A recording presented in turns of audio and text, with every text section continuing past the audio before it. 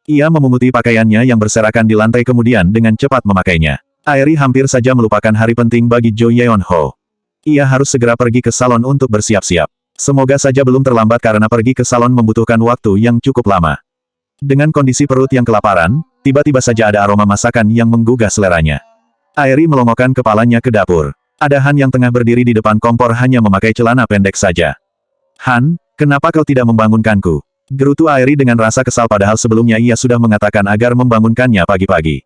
Untuk apa kau bangun pagi-pagi? Han menoleh ke belakang untuk memandang Airi. Hari ini aku harus datang ke acara kelulusan Jo Yeon-ho, ucap Airi sembari melangkahkan kakinya menuju meja makan. Meski harus segera pergi sekarang namun cacing di perutnya sudah meronta minta jatah. Untuk apa kau datang ke sana? Acara semacam itu tidaklah penting, cibir Han sembari menaikkan sebelah bibirnya ke atas. Sebenarnya aku juga malas tapi jika aku tidak datang maka aku akan kehilangan kepercayaan dari anak itu, ucap Airi seraya mendesah.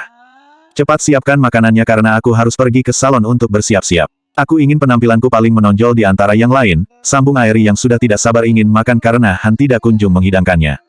Han menaruh 2 mangkuk ramyeon di meja. Dengan cepat Airi menariknya lebih dekat. Panas-panas ia melahapnya, meski lidahnya terasa terbakar. Kenapa kau belum bersiap-siap? Tanya Airi karena Han tampak santai. Aku sudah memalsukan pendapatan bulan sehingga aku berniat mengundurkan diri saja. Uang itu sudah cukup untuk membiayai kehidupanku 1 tahun, sahut Han dengan tersenyum licik. Apa yang kau lakukan? Kenapa kau begitu bodoh sampai melakukan hal itu?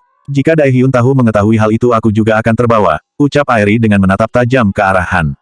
Ia lantas berdiri sembari menunjuk wajah Han dengan jari telunjuknya. Tenanglah, dia tidak akan curiga. Buktinya sampai sekarang aku masih baik-baik saja, sahut Han dengan santai sambil mengangkat kedua bahunya. Kau pikir dia bodoh? Kenapa kau begitu ceroboh? Jika kau tertangkap maka aku juga akan terseret. Besok berikan laporan yang asli jika kau masih ingin hidup. Ucap Airi sembari menggebrak meja. Sudah kubilang dia tidak akan curiga, sahut Han. Aku tidak mau tahu. Hari ini juga kau harus memberikan padanya. Atau kita tidak akan pernah berhubungan lagi, ancam Airi dengan wajah memerah menahan amarahnya. Tak disangka jika dirinya memiliki kekasih yang begitu bodoh. Baiklah, nanti aku akan memberikan laporan aslinya, sahut Han. Ia tidak mungkin menolak keinginan Airi. Setelah selesai menghabiskan makanannya Airi segera pergi ke salon untuk merias wajahnya secantik mungkin agar semua orang terpana dengan kehadirannya. Ia ingin menjadi pusat perhatian di sekolah Jo Yeon-ho. Selanjutnya bab 166 tidak usah gugup.